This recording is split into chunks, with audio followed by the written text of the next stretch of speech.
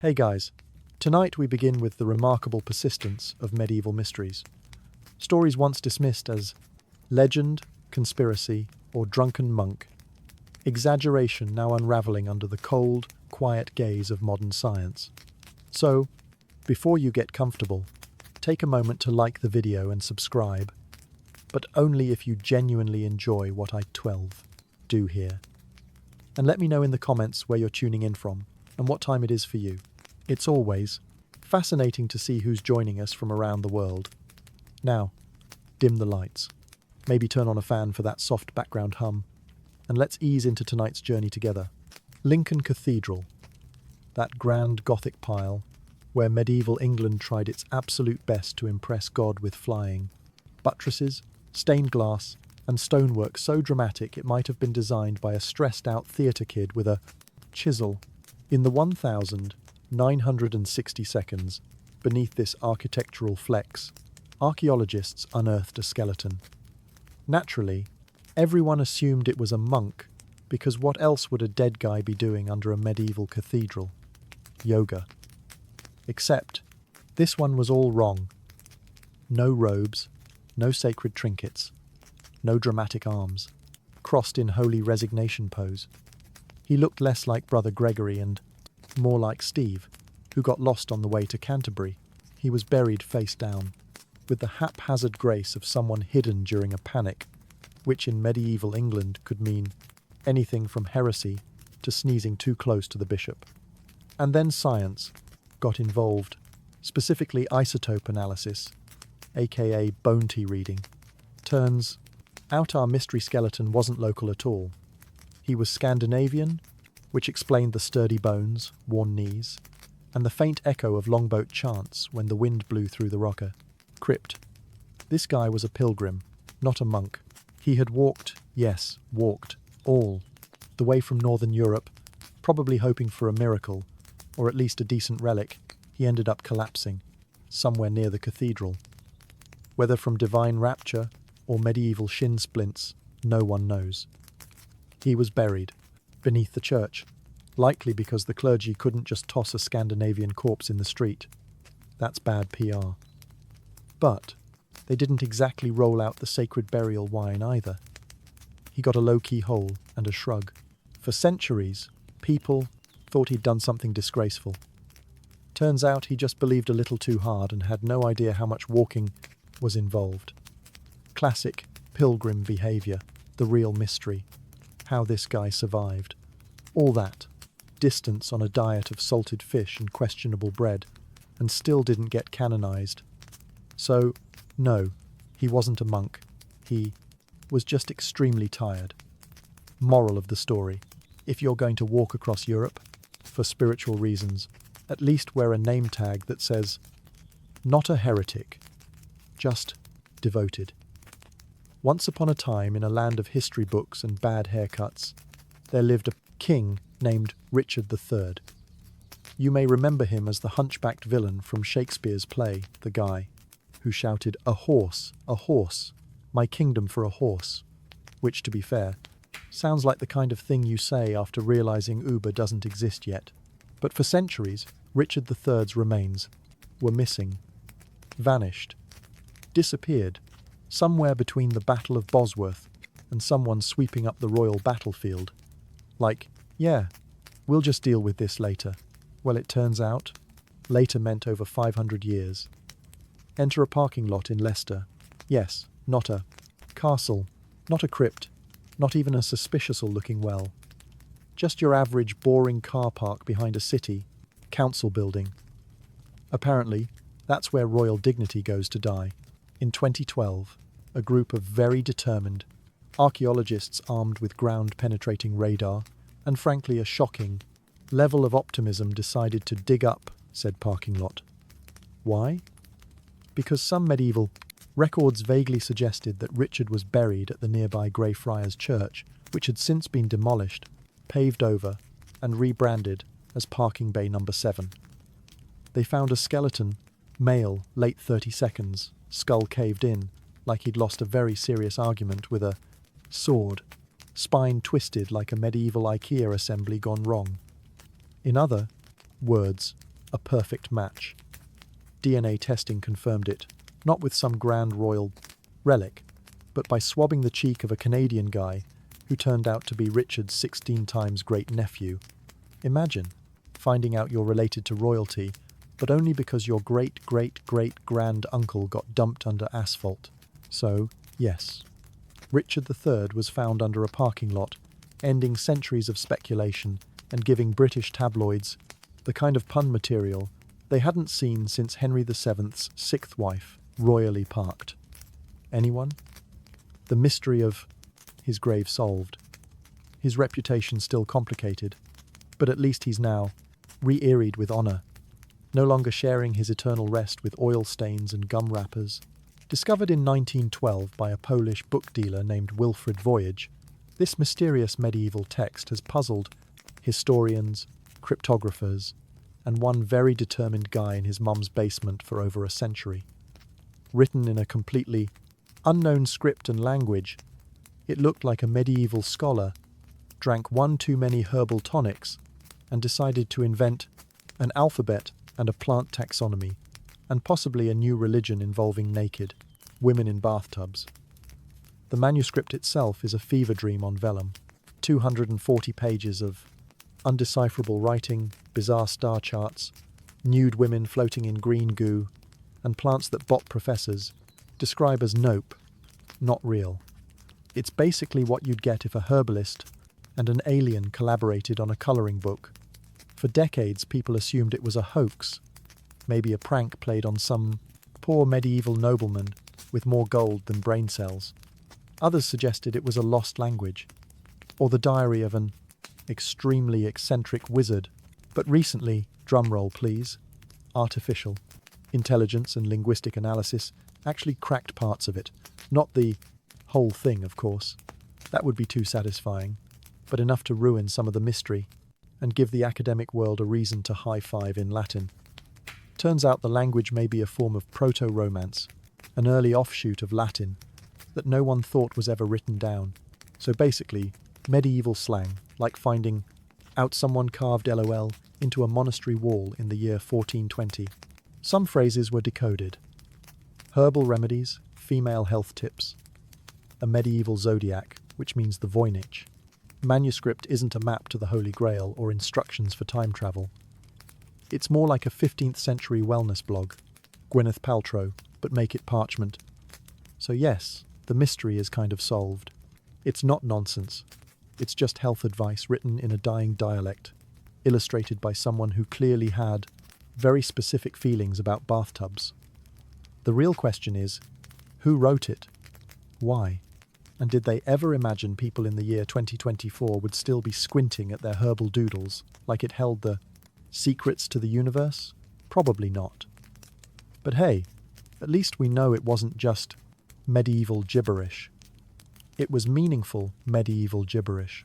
Somewhere in 12th century Suffolk, in a sleepy little village called Woolpit, which sounds like either a charming English hamlet or an aggressive sheep trap. 2 children appeared out of nowhere. And we mean nowhere. They just kind of showed up. No parents, no explanation, no TikTok announcement. But the real kicker, they're green. Not metaphorically green like new to the job, but actually botanically green like salad, or someone who took the phrase, "you are what you eat," far too literally. According to the chroniclers, and medieval chroniclers never exaggerated, obviously these children spoke no known language, wore weird clothes, and looked like they had just escaped from a very serious painting by Hieronymus Bosch. Naturally, the villagers did the medieval equivalent of a wellness check. They tried to feed them bread and beans. The children refused all food except raw beans because clearly they were picky and possibly photosynthetic.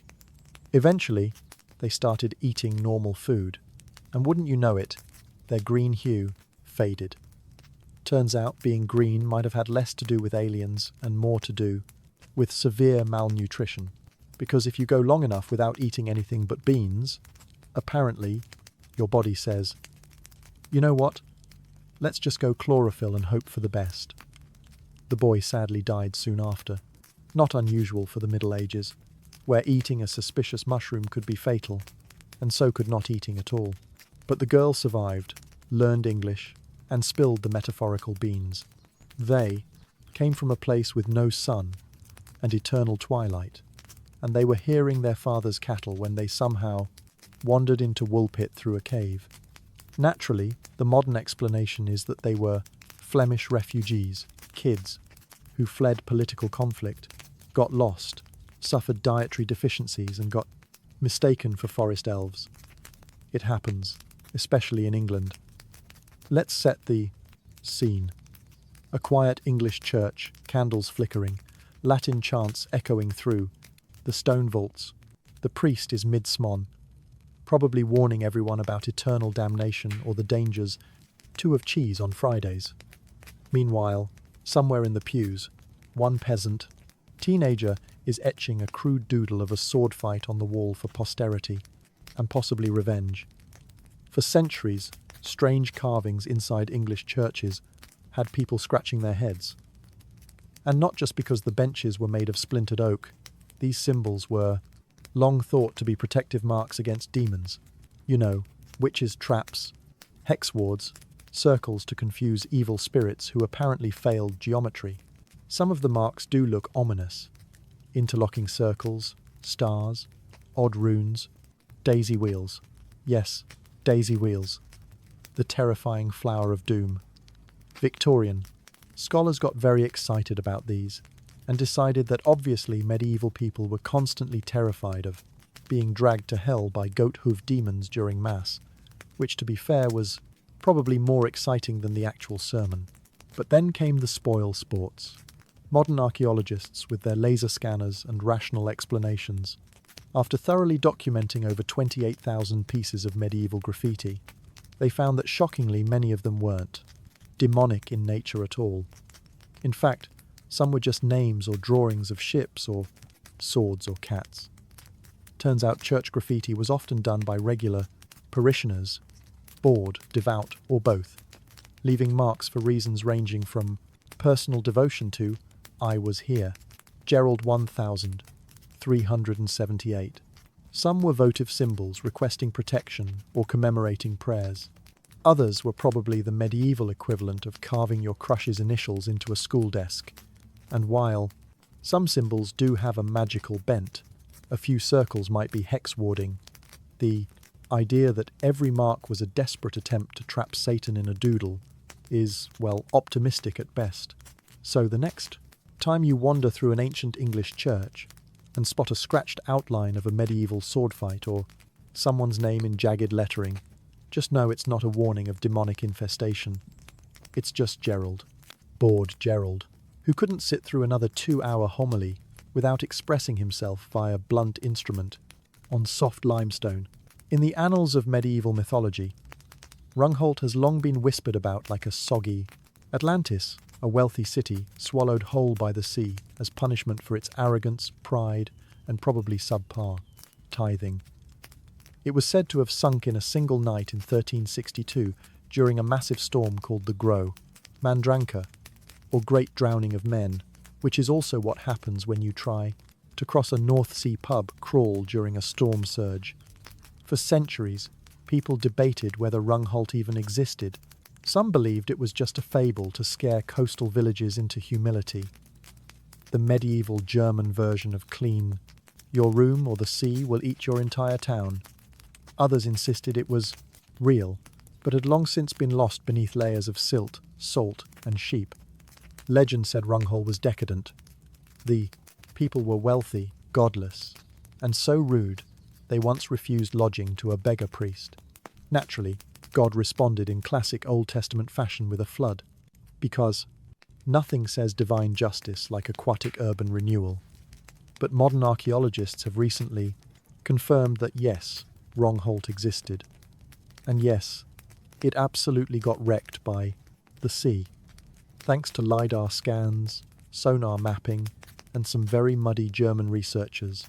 In galoshes, parts of Rungholt's harbour walls, drainage systems, and dikes have finally been found beneath the Woden Sea. And guess what? It turns out Rungholt wasn't a fairy tale. It was a thriving North Fian port city. The area had advanced water control systems, tons of trade, and presumably a whole lot of people who now wish they hadn't settled in a literal swamp next to the ocean. The cause of its destruction wasn't just divine wrath. It was climate change. Medieval Europe was warming, storm surges were rising, and dike maintenance was, let's say, budget constrained. So when the 1362 storm hit, Rungholt was about as prepared as a sandcastle facing a tsunami. Ah, the Knights Templar, history's favourite combination of holy warriors, secret symbols, and conspiracy theories involving treasure, grails, and angry church officials. So when a cave in Shropshire, England, was discovered containing mysterious carvings, candle, niches, and a suspicious lack of wine racks, the internet predictably exploded into Templar-confirmed mode. Enter the Catton Caves, a sandstone network beneath a farmer's field that looks like the set of a very budget medieval horror film, or possibly a dungeon escape room run by monks. With narrow passages, low ceilings, and intricately carved pillars, it didn't take long before whispers began. Templars, secret rituals, holy relics. Indiana Jones would love this. For years, rumours swirled that this cave had been used by the Knights Templar themselves after they were outlawed in the 14th century. Hidden underground, performing forbidden rites, probably whispering Latin prayers while trying not to bump their helmets on the ceiling. The dramatic lighting in photographs didn't help. The place looked like it belonged in a Dan Brown novel, or at the very least, a particularly committed LAR session. But here's where the recent research comes in to ruin everyone's fun. The cave is probably not that old. Most signs point to the structure being 19th century in origin. That's right, Victorian era, which means the Templars were long gone. And the only secret society using this place may have been a group of bored gentlemen with a flair for the theatrical. There were mysterious rituals, of course. Members of fringe spiritualist groups are known to have used the cave in the 20th century, and modern-day pagans, Goths, and at least one wedding photographer have all visited for the ambience. So, yes, weird things happened in that cave. But not the medieval kind, more the we're all wearing cloaks and chanting for no clear reason kind. And while it's technically possible the cave repurposed older sites, there's no hard evidence linking it to the actual Templars. No relics, no inscriptions, not even a good old-fashioned sword, stuck in a stone. Ah, yes, the princes in the tower. A mystery so famous it has its own genre of historical finger-pointing. In the summer of 1483, two royal brothers, Edward V and Richard of Shrewsbury, aged 12 and 9, respectively, vanished from the Tower of London, and not in the got bored and wandered off kind of way, more the likely murdered by political ambition, wearing a fancy doublet sort of vibe. For centuries, everyone had a favourite suspect. Richard III, their charmingly hunchbacked uncle, topped the charts as the likely culprit. After all, he was the one who locked them up for their protection, and then mysteriously became king, which is always a suspicious career move. But then, you've got Henry VIII, who defeated Richard and married the prince's sister, conveniently uniting the family line and ensuring that if anyone asked too many questions, there were no royal nephews left to challenge him. He also may have quietly disposed of the bodies, because why let your rival keep the murder spotlight? Now, fast forward to 1674, when workers at the tower dug up a wooden box under a staircase. Inside, two small skeletons, suspiciously child-sized and conveniently unaccompanied by any context or helpful post-it notes. Charles II, never one to overthink things, declared, "These must be the princes," and had them rearied in Westminster Abbey like royal lost luggage. But here's the kicker. Those bones have never been definitively identified. No carbon dating, no DNA. testing, just royal vibes and a suspicious staircase. Until now, well, almost. Recent pressure from historians and scientists has pushed the Crown and the Church of England to consider DNA testing the bones, possibly comparing them to known royal descendants. In theory, we could now tell whether the bones belong to the two York princes or some poor, unrelated medieval kids who got the short end of the architectural renovation stick. The mystery, however, remains unresolved, just barely.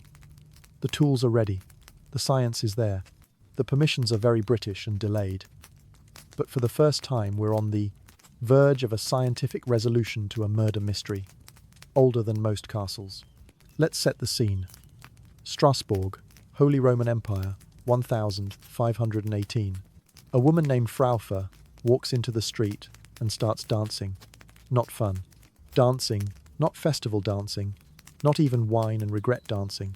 No, she danced, like her life depended on it. Because according to some witnesses, it might have. Within a week, dozens joined her. Within a month, reports say up to 400 people were dancing uncontrollably in the streets. Some collapsed from exhaustion. Others suffered strokes, heart attacks, and in at least a few cases, danced themselves to death.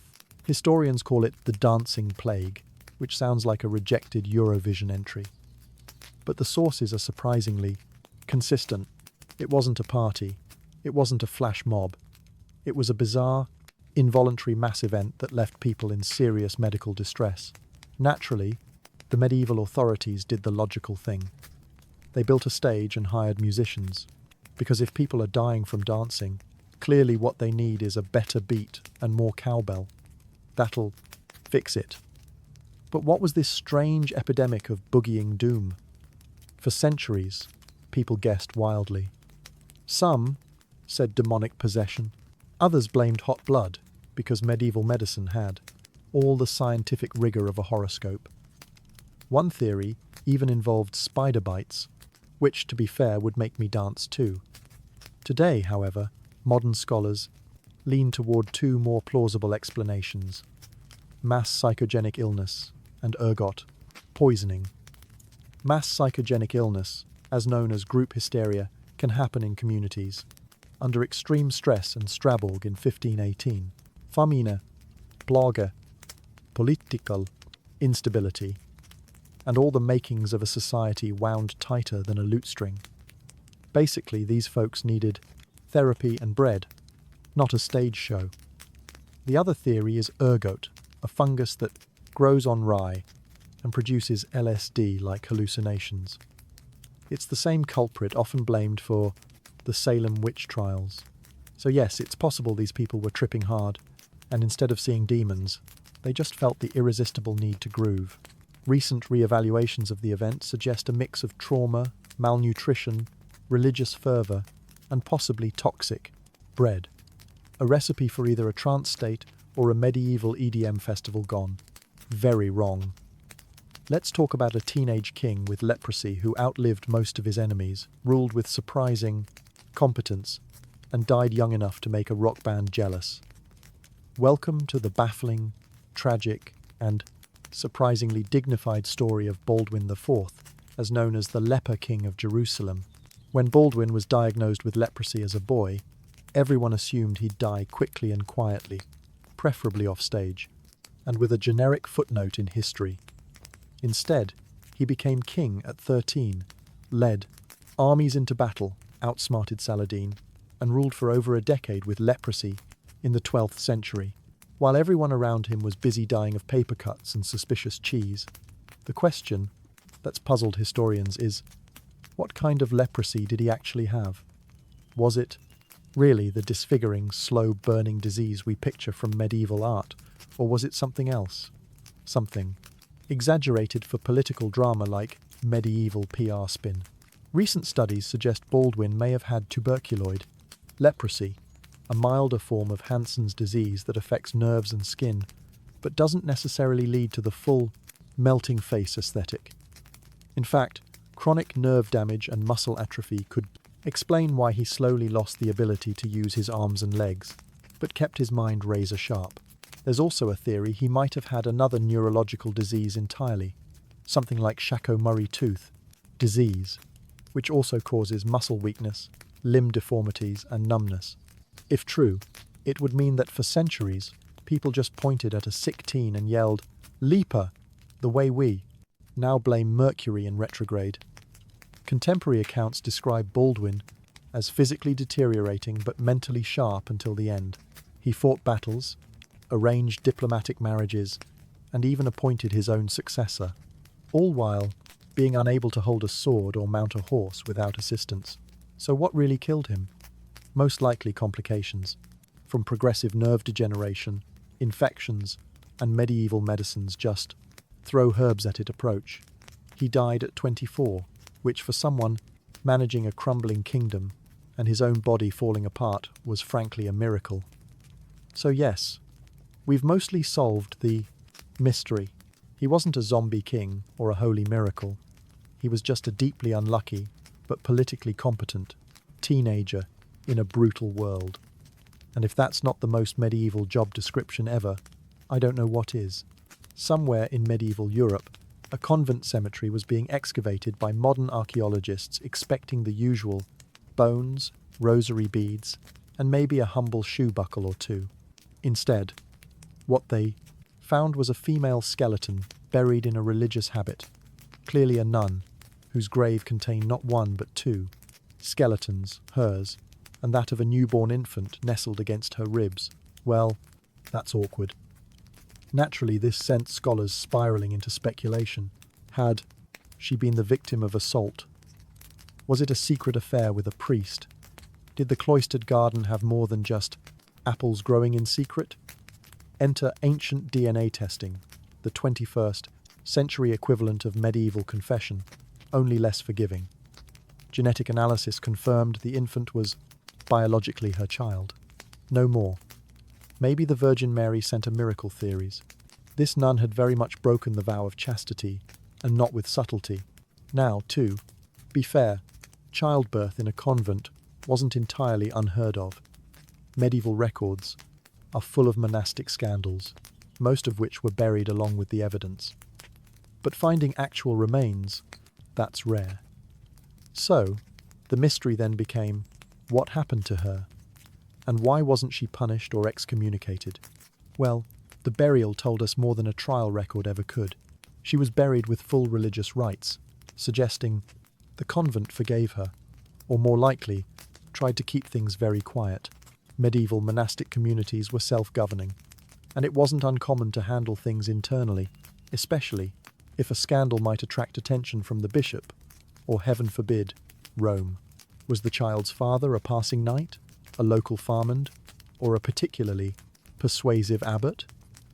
That part remains unsolved, but one theory suggests rape or coercion may have played a role based on pelvic trauma, though others argue it could simply reflect complications from childbirth. As with all things medieval, the truth is foggy, sad, and smells faintly of incense. What we do know is this: a nun gave birth in secret, died during labour, and was quietly laid to rest. Child in arms, habits intact, and centuries later, DNA analysis pulled her secret back into the light, leaving modern researchers red-faced and medieval ones spinning in their graves. For decades, a bizarre skull found in a medieval European grave had people whispering about aliens, mutants, or possibly a very avant-garde helmet experiment gone wrong. Elongated cranium, weird proportions, haunting sockets, the whole package. If you stumbled across it on a late-night documentary, you'd expect a narrator saying, "Could this be evidence of extraterrestrial visitors?" Short answer, no. Slightly longer answer, someone's mom had very ambitious aesthetic goals for her baby. The skull in question had been intentionally cranially deformed, a process where an infant's head is bound with cloth boards or little wooden hats to mold it into a specific shape over time. And yes, this was totally normal in some medieval cultures, especially among nomadic tribes or fringe aristocrats, who wanted their children to grow up with regal vibes and a forehead that could double as a battering ram. The practice dates back thousands of years and isn't unique to medieval Europe.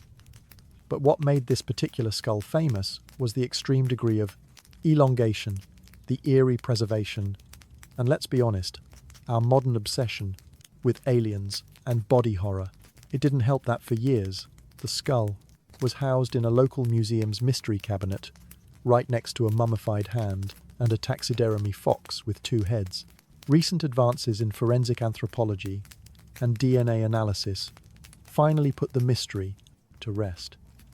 Scientists confirmed the skull belonged to a woman, probably high status, likely part of the Huns or another steppe group migrating through Europe during the early medieval period. In other words, no UFO, no curse, no alien baby, just an extremely committed mom and a very cooperative baby. The intention wasn't to make them look strange, but beautiful, according to the standards of the time. Think of it as the medieval equivalent of braces, Botox, and a TikTok filter, all applied before your first birthday. And lest you scoff, remember that modern humans still engage in voluntary aesthetic torture. High heels, corsets, eyebrow threading, at least medieval. Skull shaping came with lifetime results, no maintenance required. So, picture this. Some kid in England is skipping rocks across a lake, probably pretending he's in a video game, or being mildly medieval, when suddenly, clunk, his rock hits something. Not a frog, not a boot, a full-blown sword. And just like that, every local news anchor dusted off their Excalibur puns and gave the story more airtime than municipal to elections. To be clear, this wasn't King Arthur's sword. That one was allegedly tossed into the lake by Sir Bedivere, and a mysterious hand emerged to catch it, which was a totally reasonable plot, point in a time when people believed in dragons and taxes from the church. But back to reality, what the girl found was an actual medieval sword buried in the lake bed for hundreds of years. It was long, rusted, and most suspiciously perfectly shaped, like the kind you'd use to defend a muddy castle from Vikings or to enforce questionable feudal land disputes. Archaeologists stepped in, excited to date the blade and explain its presence in the water. And no, it wasn't Excalibur, but it was a genuine 9th to 11th century weapon, likely of Anglo-Saxon origin. So, what was it doing at the bottom of a lake? Here's where things get squishy. One theory, ritual deposition, the practice of throwing valuable items into lakes or rivers as offerings to gods or spirits. Think of it as medieval Amazon returns, except the recipient is a deity who lives in algae. Another possibility, panic dump. Imagine a knight running from battle, realizes he's about to be arrested or robbed, and flings the sword into the lake with the enthusiasm of someone ditching a phone before it incriminates them. Or, and this is the most likely, accidental loss. Medieval people fished, washed clothes, and sometimes fought near lakes. If you've ever dropped your phone in a toilet, you understand how easy it is to lose something valuable to water. Somewhere in the English countryside, tucked between sheep pastures and pubs with names like the Drunken Duck, stand a group of ancient stones ominously named the Whispering Knights. They're part of the larger Rollite Stones complex, a prehistoric circle of megaliths that looked like a druid's IKEA set, long abandoned mid-assembly. Now the knights aren't exactly knight-shaped. They're 5 tall, jagged stones leaning in towards each other, like they're gossiping at the medieval office water cooler. For centuries, locals believed these stones whispered secrets to each other, especially on moonlit nights or when you turned your back on them like a complete idiot in a horror movie. Folklore insisted they were cursed knights turned to stone for trying to overthrow a king. Naturally, because in medieval Britain, if you so much as jaywalked, someone declared you a statue by divine punishment. The tale was charming until scientists showed up, and with the finesse of a buzzkill in a fairy tale said, "Let's study the geology." So, what did modern analysis reveal? First off, the stones weren't knights. They were just Neolithic, dating back to 3500 BCE, long before chainmail and grail quests. They're aligned in a way that suggests ritual purpose, possibly astronomical like so many other megalithic sites. Basically, Neolithic. People loved big rocks and pointing them at the stars, as one does. But what about the whispering? Here's where things get fun. Acoustic tests found that sound does behave strangely around the stones. Their shape and position create localized echo chambers, meaning whispers spoken in certain directions bounce and carry in unexpected ways. In a pre-science world, this naturally meant witchcraft, curses, or that the rocks were gossiping about your haircut. So, while they're not knights, and they're not whispering juicy medieval secrets, they do serve as proof that our ancestors were deeply fascinated with space, sound, and probably freaking out visitors. Today, the whispering knights still lean in like they're sharing the latest scandal. And to be fair, if you've stood next to a mildly suspicious group at a party, you know how unsettling that body language can be. Are they haunted? Probably not. But acoustically suspicious? Absolutely. In medieval Europe, if your body refused to decompose properly after death, you had two career options: saint or supernatural menace. There was no third path. If the local priest liked you, congratulations. You were a holy miracle, and possibly getting your own stained glass window. If not, get ready for an exhumation and a wooden stake through the ribcage. For centuries, tales circulated of corpses that just wouldn't rot. Monks, nobles, even ordinary towns. Folk occasionally made headlines, parchment margins, for staying suspiciously well preserved. The living, naturally terrified of being haunted, blamed the usual suspects: sorcery, demonic possession, or just bad vibes. One particularly strange case took place in a small monastery in Eastern Europe. A nun, quiet, pious, and aggressively average in life, was buried during winter. But when her remains were moved months later, her body was found completely intact. Cue whispers of sainthood, candlelight, vigils, and at least one terrified kitchen boy fainting on the spot.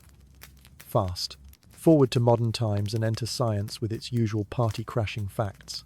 Researchers recently analysed several preserved medieval corpses using high-tech methods such as DNA, sequencing, forensic chemistry, and most thrilling of all, fungal swabbing. What they found was far less mystical and far more microbiological.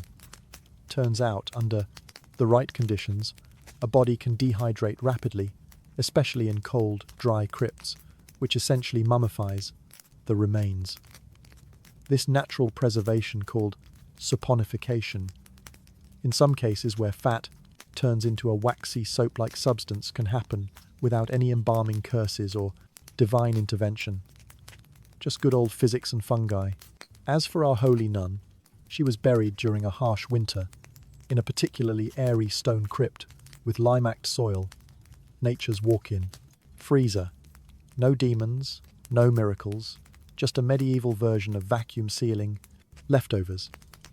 The best part, while the village once lit candles in her honour, modern analysis revealed her diet consisted almost entirely of pickled fish and rye porridge. So, not exactly the stuff of sainthood, but her story reminds us how easily the line between miracle and microbiology gets blurred, especially when people are bored, scared, and living in a time when leeches were considered advanced medicine. When people think of Victorian crime-solving, the image that often comes to mind is a man in a bowler hat, coat, collar turned up, magnifying glass in hand, prowling the foggy streets of London. While fiction gave us Sherlock Holmes, reality gave us Scotland Yard. The Metropolitan Police was founded in 1829 by then Home Secretary Sir Robert Peel.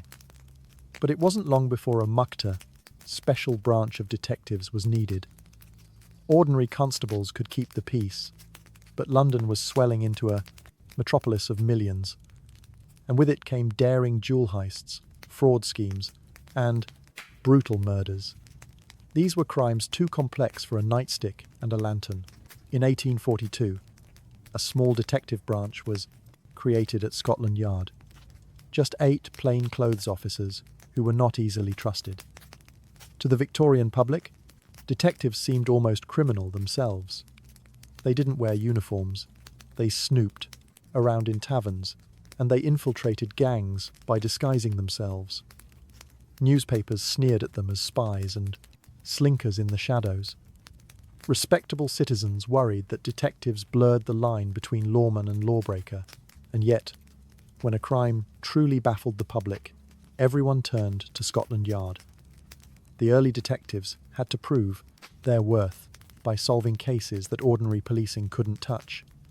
They pursued master thieves who specialised in safe-cracking and art theft, tracked down notorious swindlers who preyed on the gullible with elaborate cons, and even uncovered political conspiracies during a time when fears of revolution simmered across Europe. They were in effect pioneers of professional detective work in Britain, though their methods were a mixture of instinct, street smarts, and slowly emerging science. What made Scotland Yard's detective branch remarkable was its transformation from a distrusted experiment to a symbol of authority. By the 1,860 seconds and 70 seconds, the Yardmen were appearing in courtrooms with evidence that carried more weight than mere rumour. Their work shaped the public's idea of what a detective should be.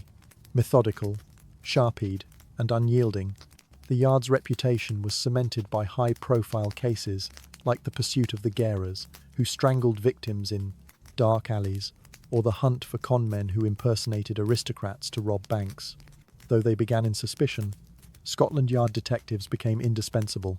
By the late Victorian era, they were not just men in plain clothes. They were the very embodiment of a new age of crime-solving where deduction and investigation mattered more than luck and chance. In early Victorian England, murder investigations were often little more than guesswork. A coroner might inspect a body quickly, listen to a few witness statements, and declare a cause of death that satisfied the jury. But as the century unfolded, a revolution began in the morgue. Doctors started to see the corpse not just as a shell of the deceased, but as a book of evidence waiting to be read. This shift marked the birth of forensic autopsies, a practice that would forever change the way crimes were solved. The idea was simple, yet groundbreaking. The body itself could testify. Physicians began cutting open stomachs to search for poison, analysing bruises to determine whether injuries were inflicted before or after death, and studying blood patterns to reconstruct the final moments of violence. These practices weren't just grisly rituals, they were the beginnings of a new science. Toxicology emerged as one of the most important fields. Arsenic, known as the inheritance powder for its popularity among would-be heirs, was suddenly detectable through chemical testing. For the first time, a murderer could be undone not by confession or rumour, but by science. The public followed these developments with a mix of fascination and horror. Courtrooms buzzed with excitement when medical experts delivered their findings, brandishing vials and describing chemical reactions that revealed invisible poisons. Newspapers eagerly reported on such cases, turning scientific testimony into a kind of theatre. Suddenly, the grim business of dissection became part of everyday conversation. People realized that crimes once thought unsolvable could now be proven with evidence that could not lie. But the new methods were not without controversy. Many Victorians were deeply uneasy about the desecration of the body, still holding religious or superstitious fears about dissection. Others questioned the reliability of doctors. Could a man in a lab coat truly be more trustworthy than an eyewitness? Mistakes did happen. In some trials, expert witnesses contradicted one another, confusing juries and feeding skepticism. Yet, despite resistance, forensic autopsies slowly gained acceptance. By the latter half of the century, they had become indispensable to criminal investigations. Inquests were no longer just community rituals of judgment, They were stages, where science spoke louder than rumour. The autopsy transformed death from a mystery into a source of hard evidence. In doing so, it gave Victorian detectives a powerful ally. Proof drawn not from hearsay, but from the silent testimony of the dead. For most of history, proving someone's identity in a criminal case was an unreliable business. Suspects could lie, witnesses could misremember, and even photographs, though emerging in the Victorian age, were far from foolproof. A clever criminal could simply change his name, grow a beard, or vanish into the fog. But in the late 19th century, a tiny detail, no larger than a fingertip, reshaped the future of crime-solving. Fingerprinting was born. The idea that fingerprints were unique was not entirely new. Ancient civilizations had noticed patterns on the fingers, but it was Victorian science that transformed curiosity into proof. In the 1880 seconds, Sir Francis Galton, a cousin of Charles Darwin, began studying fingerprints in detail. He categorized the whorls, loops, and arches that made each print distinct. Galton's work wasn't just academic. It laid the foundation for a system of identification that could stand in court. His studies showed that the odds of two people sharing the same fingerprint were astronomically low, making it the perfect marker of individuality. The first practical use of fingerprints in Britain came in the 1890 seconds, when Sir Edward Henry, then Inspector General of Police in Bengal, developed a classification system that allowed prints to be stored, compared, and retrieved quickly, known as the Henry system. It was soon adopted by Scotland Yard. Suddenly, identity was no longer based on memory, description, or luck. It was etched permanently in the ridges of a hand. The first major breakthrough came in 1902, just as the Victorian era was ending. A burglar named Harry Jackson was convicted when his fingerprint left on a freshly painted windowsill matched the record held by police. It was a quiet revolution. No confessions, no eyewitnesses, just science. The newspapers hailed it as the dawn of a new age, where even the most careful criminal could be betrayed by his own skin. The cultural impact was enormous. To Victorians accustomed to uncertainty, fingerprinting seemed almost magical, as if the body itself carried an unshakable truth. Yet, it also carried a chilling message. No matter how clever, no one could escape the forensic eye of the modern police.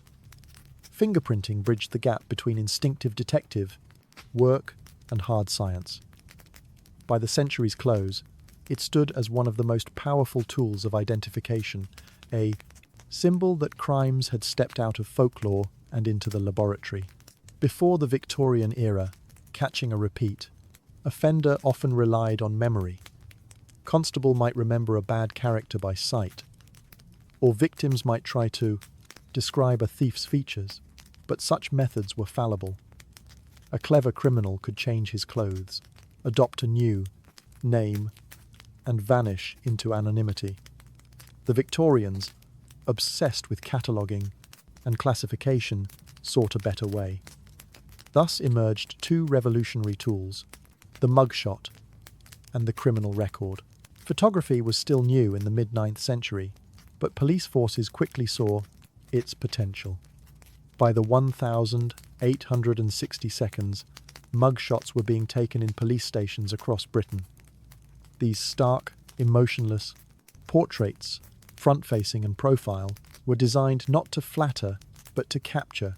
For the first time, a criminal's face could be permanently stored and compared. No matter how many disguises he tried, newspapers sometimes reprinted mugshot, much to the horror of respectable Victorians who feared the spread of rogues galleries. Still, the images gave detectives an edge. A face once forgotten could now be remembered forever, but photographs alone weren't enough. Enter Alons Burton, a French police officer whose system of anthropometry fascinated the Victorians. Bertillon argued that every human body was unique and measurable: arm span, skull length, ear size. By recording these details alongside a mug shot, police could identify repeat offenders with scientific precision.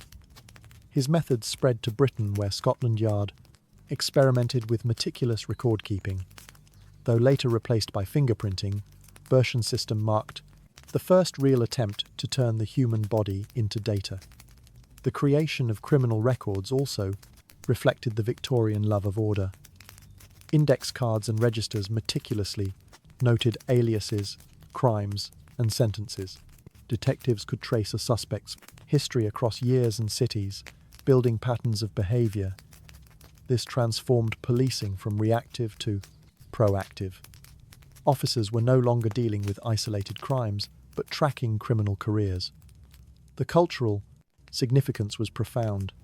For the first time, society grappled with the idea that crime could be studied scientifically, that criminals could be classified much like plants in a botanical garden. To reformers, records promised fairness, evidence over gossip. To critics, they hinted at surveillance and the erosion of privacy. By the end of the century, the criminal record was an institution. With mug, shots and files in hand, detectives had built an early database of human misdeeds, one that foreshadowed the information-driven policing of the modern world. If one crime terrified Victorians above all others, it was placing, poisoning. Unlike a pistol shot or a knife wound, poison was invisible, silent, and often delivered at the dinner table by someone trusted. Arsenic, dubbed the inheritance powder, was cheap, tasteless, and available in every chemist's shop. In a society where life insurance was on the rise and family fortunes were tempting, poisoning became the crime of choice for the cold-blooded. The police desperately needed science on their side, and chemistry answered the call.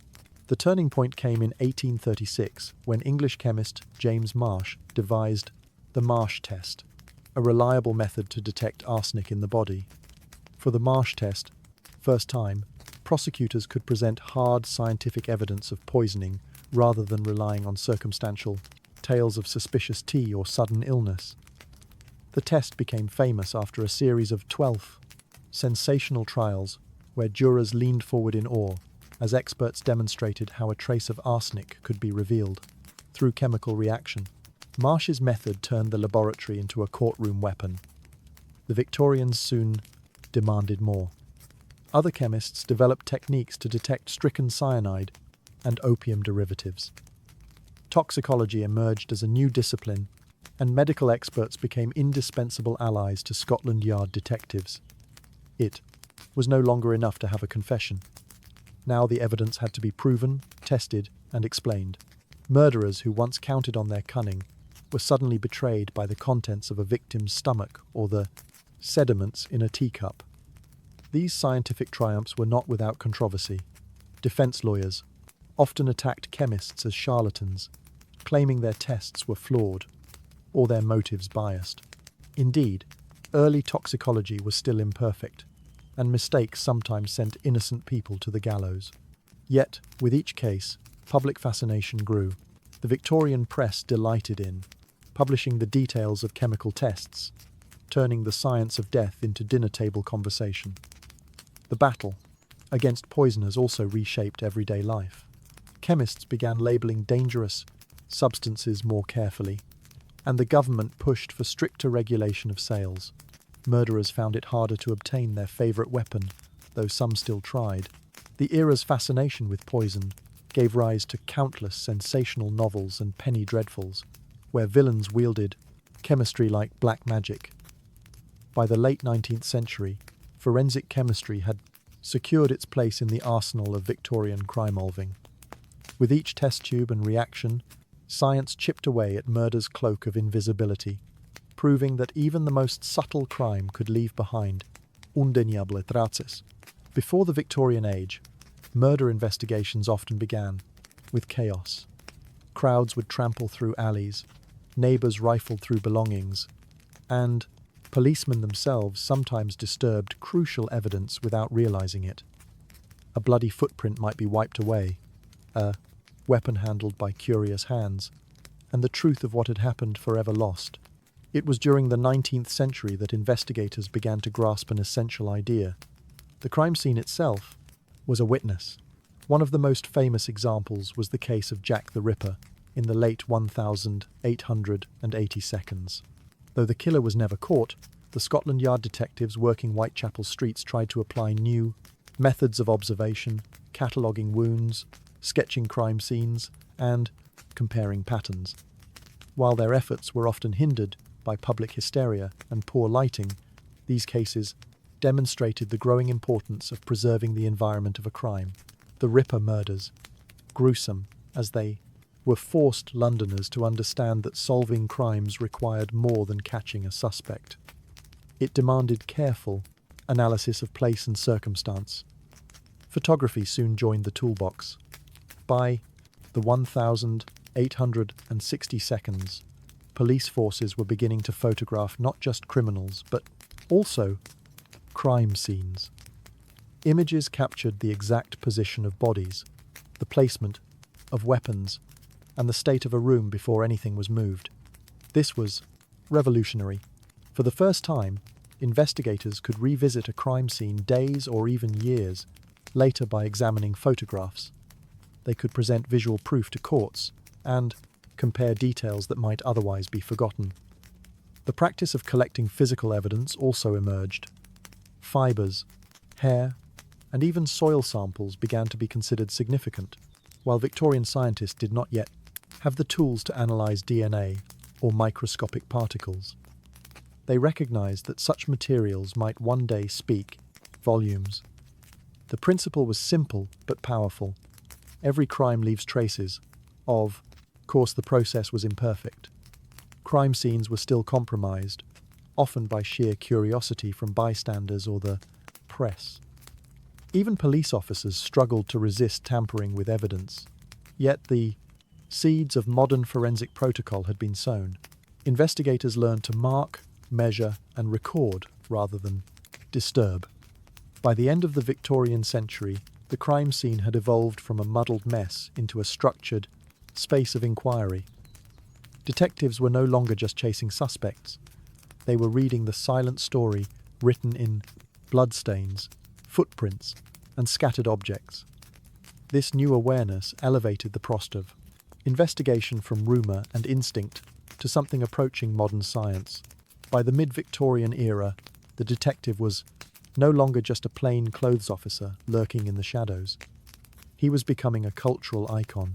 Newspapers loved to publish the exploits of Scotland Yardmen, often exaggerating their daring to satisfy a public appetite for mystery and justice. At the same time, literature seized on the figure of the detective and transformed him into something larger than life.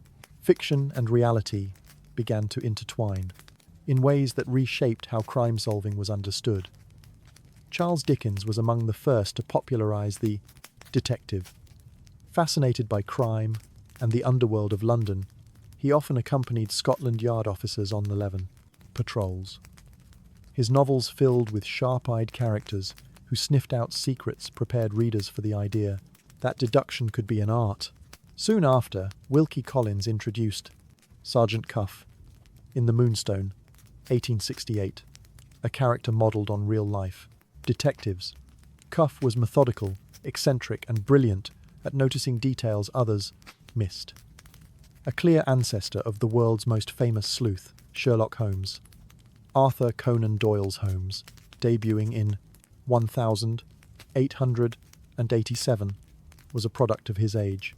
Half scientist, half magician, Holmes employed magnifying glasses, chemical tests, and deductive reasoning in ways that mirrored the genuine advances of Victorian policing. Yet, he was also everything the public wanted detectives to be. Cool under pressure, disdainful of fools, and always one step ahead. While Scotland Yard men admired Holmes, they also resented him. Readers often assumed the fictional detective was more capable than the real ones. Still, Holmes cemented the detective as a heroic figure of reason and intellect. The cultural fascination with detectives had real consequences. Criminals once feared became characters in a narrative of battle between cunning villain and brilliant investigator.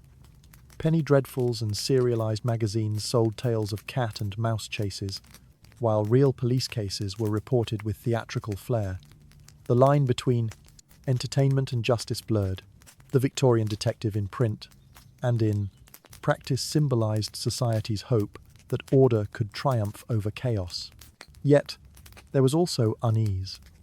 Detectives were seen as necessary, but their methods, disguises, infiltration, constant surveillance made some Victorians nervous. Were these men guardians of justice or professional? Spies? The paradox only deepened their allure. By the century's close, the detective had become both an indispensable reality and an irresistible myth, embodying the Victorian dream that intellect and observation could pierce even the darkest mysteries. By the late 19th century, Victorians were convinced that science could not only solve crimes, but also predict them. This belief gave rise to an early form of criminal profiling, a mix of anthropology, psychology, and social prejudice that reflected the era's anxieties as much as its ambitions. In an age haunted by urban poverty, violent crime, and the spectre of Jack the Ripper, the idea that one could identify a criminal simply by studying his face or skull was both comforting and terrifying. The roots of profiling lay in phrenology and physiognomy, pseudosciences that claimed the shape of a head or the set of a jaw, revealed character. Though discredited today, these ideas had enormous influence in Victorian society. Men like Lombroso, an Italian criminologist, argued that criminals were autistic, throwbacks to earlier stages of human evolution, recognizable by sloping foreheads, large jaws, or asymmetrical features. His theories spread quickly across Europe and to Britain, where they were eagerly debated in universities, courtrooms, and police circles. At Scotland Yard, detectives began quietly applying such thinking. They were urged to look not just at what a suspect had done, but at what sort of person he was. The Ripper murders in Whitechapel, with their savage brutality, encouraged speculation that the killer must be foreign, insane, or both. Doctors provided psychological sketches of what type of man might commit such acts: solitary, resentful, prone to sexual deviance. While these sketches were crude, they marked the first attempts at understanding criminal behaviour in psychological terms. Profiling also reflected wider Victorian fears. The rapid growth of cities created slums that many middle-class citizens viewed as breeding grounds for vice. Criminal anthropology seemed to confirm these prejudices, painting the poor and immigrant populations as biologically predisposed to crime. Social reformers embraced such theories as justification for controlling or monitoring the urban underclass. Thus, profiling was as much about reinforcing social boundaries as it was about catching killers. Still, amidst the pseudoscience, there were glimmers of genuine progress. Detectives learned to study patterns of behavior. Repeat offenders, often struck in similar places or under familiar conditions. Criminal psychology, however, nudged investigations toward understanding motive as well as method. By the end of the Victorian era, profiling had become a controversial but enduring tool. It was both a mirror of society's darkest prejudices and a tentative step toward the modern science of criminal psychology. The Victorians, in their obsession with classification, laid the groundwork for a field that would later evolve into a cornerstone of detective work. By the dawn of the 20th century, the world of policing had been transformed. The Victorians began the century with constables carrying rattles and lanterns, relying on eyewitnesses and coerced confessions. They ended it with detectives using fingerprints, chemical analysis, crime, scene photography, and a growing body of forensic science. The transformation was not just technical. It changed the very idea of justice. For the first time in British history, solving crime became less about luck and confession and more about evidence, science, and procedure. Scotland Yard stood at the heart of this transformation. Its plain-clothed detectives, once distrusted as spies, became symbols of modern policing. Their methods inspired admiration abroad, from Paris to New York, where police forces began adopting British practices. Even when cases ended in failure, such as the unsolved Jack the Ripper murders, the public recognized that detectives had tried to apply systematic reasoning rather than superstition or mob justice. This approach marked a decisive step toward professionalism. Victorian innovations also left an enduring cultural legacy. Literature, theatre, and newspapers turned detectives into heroes of rationality. Sherlock Holmes embodied not only the spirit of deduction, but also the Victorian belief that science could conquer mystery. Readers thrilled at the idea that even the darkest crimes could be unravelled by observation and intellect. That confidence in reason spilled over into real policing, reinforcing the idea that science and order would triumph over chaos. But the legacy was not without shadows. Profiling and early criminology, while pioneering, often reinforced social prejudices against the poor, immigrants, and the mentally ill. The same tools that promised fairness could also justify surveillance and control. The Victorian urge to catalogue and classify sometimes blurred the line between protecting society and intruding upon it. Yet even with these flaws, the groundwork they laid was indispensable for the future. Today's criminal investigations, DNA testing, forensic, psychology, digital records, owe much to the Victorians' willingness to experiment. They were the first to imagine a justice system where science, not superstition, held sway. Their successes and mistakes alike created a blueprint for modern forensic practice. The Victorian age began with lantern-lit patrols and ended with laboratories, records, and detectives who were both feared and admired. Their legacy is clear. The meeting of science and crime-solving in the 19th century created the foundations of modern policing, ensuring that the voice of evidence would forever speak louder than rumour. For a young man hoping to join the Knights Templar, the journey did not begin with swords or banners, but with silence and shadow. The initiation was held in the stillness of a chapel, usually at night, where flickering candles cast long, wavering shadows across stone walls. The solemn setting was meant to overwhelm the senses, to remind the candidate that he was stepping out of the world of common men and into a life bound by mystery, obedience, and eternal vigilance. Before the ceremony even began, secrecy was emphasized. The initiate was led away from his companions, questioned privately by senior knights, and warned that the vows he was about to take would bind him for life. There could be no turning back. Witnesses were restricted, and no outsider was ever allowed to observe. This veil of secrecy gave the rituals an almost theatrical weight, and it also fueled centuries of speculation. The candidate was then brought before the assembled brothers kneeling on cold stone in front of the altar. The Grand Master or presiding officer would ask a series of searching questions. Was the man free from debt? Was he married, or under obligation to a lord or bishop? Did he truly understand that he was pledging his life to poverty, chastity, and obedience? These questions were not formalities, they were safeguards.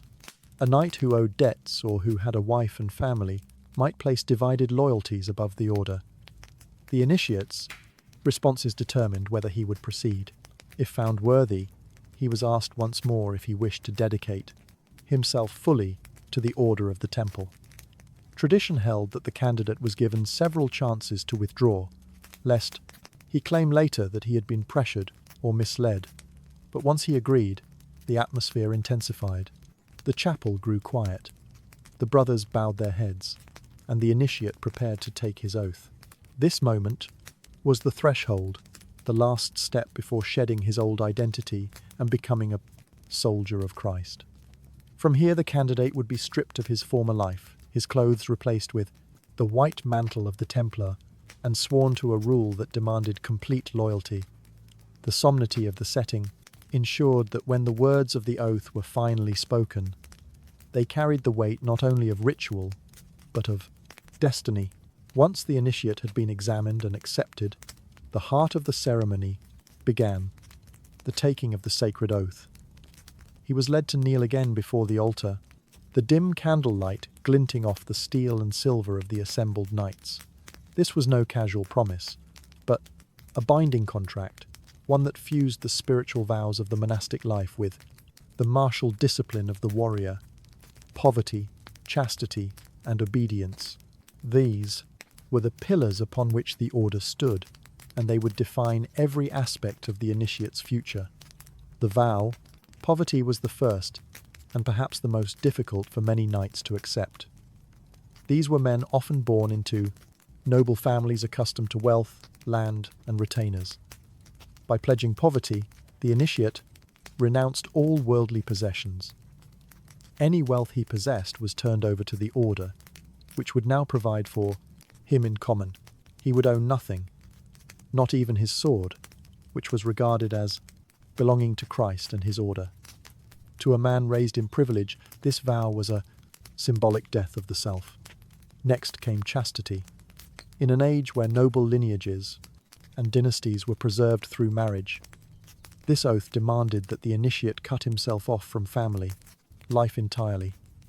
The Templar was to live as a monk, never to marry or pursue women, dedicating his body and spirit solely to God. This vow was often misunderstood by outsiders who imagined dark or unnatural practices within the order's walls. In truth, it mirrored the vows taken in monasteries across Christendom. But the secrecy of the ceremony fed rumours that the chastity oath masked stranger, more scandalous rites. Finally, obedience bound the initiate completely to the will of his superiors. From this moment onward, his life was not his own. He would march when ordered, fight when commanded, and die, if required, without hesitation. The order valued obedience above all, for only through absolute unity could a band of warrior monks function as one body, in battle and in faith. As the initiate repeated the words of the oath, the brothers surrounded him in silence. He was no longer merely a man, but a servant of God's temple. The vows stripped him of his past and bound him to a new identity, one that would endure until death, or until the order itself was dissolved. With the vows spoken, the transformation of the initiate moved from words to symbols. Rituals are powerful not only for what is said, but for what is seen and felt, and the Templars understood this well. The most dramatic moment came when the novice was stripped of his worldly clothing and dressed in the distinctive white mantle of the order. To those watching, this was more than a change of garments. It was the outward sign that the man was no longer his own. The mantle itself carried heavy meaning. White symbolized purity of body and soul, a reminder that the knight had sworn chastity and must remain unsullied by earthly desires. In time of war, the mantle was marked with a red cross, the symbol of martyrdom and sacrifice. The red was no decorative flourish. It was a pledge that the wearer was ready to shed his blood for Christ and the defense of the Holy Land. From this moment on, the initiate was not simply a knight, but a Miles Christie, a soldier of Christ. The ceremony often included further symbols. The initiate might be handed a belt and sword, though both were considered property of the order rather than the individual. The sword, blessed in ritual, symbolized both defense of the innocent and punishment of the wicked. It was not to be used for personal gain, vengeance, or glory, but solely for the cause of God. In placing the sword in his hand, the brothers reminded the new knight that his strength was no longer his own. It was consecrated. The ritual was also meant to humble. In some accounts, the initiate was required to lie prostrate before the altar as prayers were chanted above him. Others described the new knight kissing the ground or the cross, acknowledging his loneliness before God and his dependence on divine mercy. These actions reinforced the order's central teaching. A Templar was not a lord, not a free agent, but a servant bound by duty. When the mantle finally rested on his shoulders, the initiate had been remade. In the eyes of his brothers, he was now part of a sacred, fraternity that transcended family, nation, or wealth. The mantle was both a privilege and a burden, a public declaration that this man belonged not to himself, but to the mysterious and powerful order of the temple. Once clothed in the white mantle, the initiate entered the most mysterious phase of the ceremony. The prayers whispered in darkness. Unlike the public chants of the church, these words were spoken in hushed tones, passed from elder to novice, as though they were sacred keys to unlock the hidden heart of the order. The chapel, already dim with candlelight, seemed to grow even darker as the brothers intoned their secret formulas. For the initiate, it was a moment of awe and of unease. The prayers themselves were rooted in Christian liturgy, invoking the Virgin Mary, Christ, and the saints. Yet, they were not identical to the mass prayers one might hear in a cathedral. The Templars had their own cadences, their own formula, known only to those within the order. To the outside world, this secrecy raised suspicion. Rumours circulated that the knights denied Christ, spat upon the cross, or worshipped strange idols during these prayers. While historians generally agree that such accusations were exaggerated or even fabricated by enemies of the order, the very fact that the rituals were private fueled the legends of blasphemy. During these whispered devotions, the initiate was reminded of his vows. Poverty was framed as following the example of Christ, who had no place to lay his head. Chastity was praised as the way of the angels, a purity that allowed the knight to fight without distraction. Obedience was exalted above all compared to Christ's submission to the will of God. The initiate was urged to see himself not as a man of flesh and pride, but as a vessel for divine will. The brothers surrounding him lent weight to the moment. Their silence between prayers, the rustle of mantles, and the solemn repetition of sacred words created an atmosphere both intimate and overwhelming. It was a reminder that he was now part of a brotherhood that prayed together, fought together, and if necessary, died together. To outsiders, these secret prayers were proof of the Templars' dangerous hidden knowledge. To those within, they were the cement that bound each knight to the order. The whispered formulas stitched the vows into the initiate's soul, binding him not only to his brothers, but to mysteries too profound to be spoken aloud in the open world. The vows and prayers marked the spiritual birth of a Templar, but the order did not simply accept words at face value. To ensure that the initiate truly understood obedience, he was often subjected to trials, small but symbolic tests of loyalty. These were not meant to humiliate, but to engrave the idea that a knight of the temple must obey instantly without hesitation, whether in the chapel or on the battlefield. Accounts of these trials vary, and much is clouded by later exaggeration.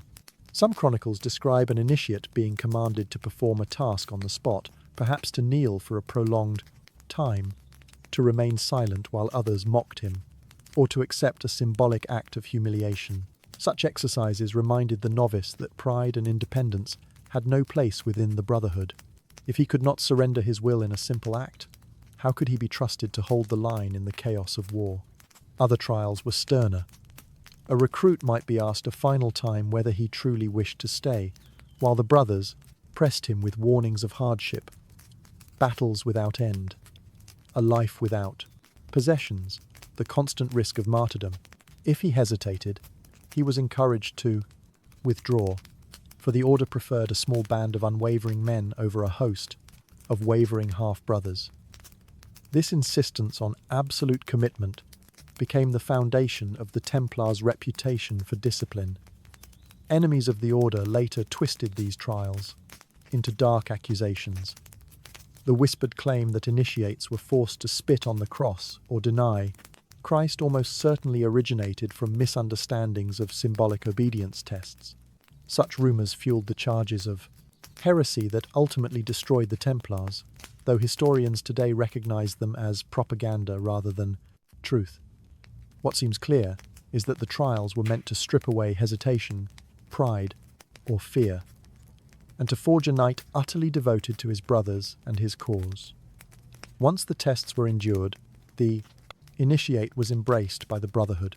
From that moment forward, he was expected to obey every command of his superiors, whether it meant defending a pilgrim on a dusty road, riding into hopeless battle, or enduring captivity without complaint. In the Templar vision of loyalty, obedience was not weakness but strength, the binding force that allowed hundreds of men to act as one body, wielding the will of God as their weapon. After the tension of vows, whispered prayers and trials, the mood of the initiation often shifted. To seal the new knight's entry into the order, the brothers shared a ritual meal, a feast that was less about indulgence and more about fellowship. The Templars were strict about food, living under a monastic rule. But in the context of initiation, the table itself became a symbol of unity. The initiate, now clad in the white mantle, was led to join his brothers at a long, simple table. There was no silver, no lavish decorations, no marks of personal wealth. The order ate from common dishes, a deliberate sign that all possessions were shared and no man stood above another. Meat was rare in their diet, allowed only on certain days. So the fare often consisted of bread, beans, vegetables, and watered wine. Yet for the new knight, sitting among men who had fought at Jerusalem, Antioch, or Acre, the meal carried a weight beyond the food itself. The ritual feast also reinforced discipline. The Templars followed strict rules even in dining. Silence was kept. Readings from Scripture accompanied the meal, and no knight was permitted to glance at another's portion with envy. Eating was a sacred act, reminding the order that even the smallest daily routines were done in service to God. For the initiate, it was a lesson in humility. He was not joining a band of glory-seeking warriors, but a disciplined brotherhood bound by rule. There was also joy in this moment. While the vows and trials tested the initiate's resolve, the feast welcomed him fully as a brother. Here he was no longer an outsider, but part of the company, breaking bread with men who had sworn the same oaths and endured the same sacrifices. The act of sharing food was itself a ritual of trust, for knights at table were knights at peace. To outsiders, tales of Templar banquets became distorted into rumours of secret feasts where heresy was practiced in shadow. In reality, these meals were austere, monastic, and symbolic. They were the opposite of indulgence. They embodied unity and discipline. The feast reminded the initiate that from this day onward, every action from prayer to battle to breaking bread was done in the company of his brothers and under the gaze of God. Among all the vows spoken by a new Templar, few carried as much weight as the oath of secrecy. Poverty and chastity set him apart from the world. Obedience bound him to his brothers, but secrecy shielded the order itself. Without it, the Templars could not maintain their mystique, their unity, or their security in a hostile world. The initiate was warned in stark terms. The words and rites he had witnessed must never be repeated outside the walls of the order. To reveal them was to betray not only his brothers, but God himself. In some accounts, the vow of secrecy was accompanied by gestures of finality, placing a hand on the Gospels, kneeling before the cross, or touching sacred to relics. These physical acts etched the vow deep into the memory of the knight. The penalty for betrayal was never spelled out in detail during the ceremony, but the implication was clear. Excommunication, dishonor, and eternal damnation awaited anyone who broke his word. The Templars believed secrecy was not just a matter of discipline, but of survival. The order operated across Europe and the Holy Land, handling vast sums of money, military strategies, and sensitive negotiations. If such matters slipped into the wrong hands, be they kings, rival lords, or enemy armies, the results could be disastrous. It was this cloak of secrecy that fed suspicion among outsiders. Because the rites were hidden, rumours flourished. Whispers spread that the knights worshipped strange idols, spat on the cross, or engaged in obscene rituals behind closed doors. The very oaths that were meant to protect the order ended up painting it as sinister in the imagination of its enemies. Centuries later, these accusations would be weaponized in trials that led to the destruction of the Templars. For the Templars, Initiate, however, the vow of secrecy was not sinister, but sacred. It marked him as a guardian of mysteries, trusted by his brothers and bound to them in silence. It was a reminder that the order lived not for the world's approval, but for God's command. By swearing secrecy, the Templar crossed a final threshold. He now held truths he could never share, even at the cost of his life. This invisible bond was as strong as any sword or shield, ensuring that the order's power remained hidden, disciplined, and feared. As the secrecy vows faded into silence, the initiation turned toward its final sanctification. What had begun as a questioning of loyalty and a stripping of worldly ties now shifted into a moment of blessing. The chapel filled not with whispers of secrecy, but with the solemn cadence of prayer, as the brothers called upon God to consecrate the life of their new companion. The presiding master often laid his hands upon the initiate's head or shoulders, invoking divine protection and strength. These blessings were drawn from the language of the church, but tailored to the martial vocation of the order. The knight was prayed over as both monk and soldier, a defender of pilgrims, a scourge of infidels, and a vessel of Christ's will on earth. In some accounts, psalms were sung, chants of victory and steadfastness, echoing like the hymns sung by monks at midnight vigils. The initiate was also reminded of the spiritual promises bound up in his vows. Poverty would not mean deprivation, but freedom. For by surrendering wealth, he gained a treasure incorruptible. Chastity was framed as a gift of purity, raising him above worldly distraction so that his heart could remain wholly fixed on God. Obedience, the hardest vow of all, was described as the very path Christ himself had walked, submitting even unto refexed death. By embracing these disciplines, the Templar was promised the ultimate reward, salvation, the crown of martyrdom, and eternal fellowship with the saints. At this stage, the language often grew martial. The initiate was told that he now bore the armour of faith and carried the sword of the Spirit. His life was no longer his own. It was a campaign under the command of the heavenly King. Should he fall in battle defending the Holy Land, his death would not be in vain, but counted as a martyr's victory. This promise made the risks of the battlefield not merely tolerable but holy. The blessings ended with a final charge: to live uprightly, to guard the weak, and to uphold the honour of the temple. The assembled brothers then responded with prayers of welcome, sealing the initiate not only to vows of duty, but to a vision of eternal reward. From that moment onward, his path was marked not by chance, but by destiny, sanctified by both ritual and divine promise.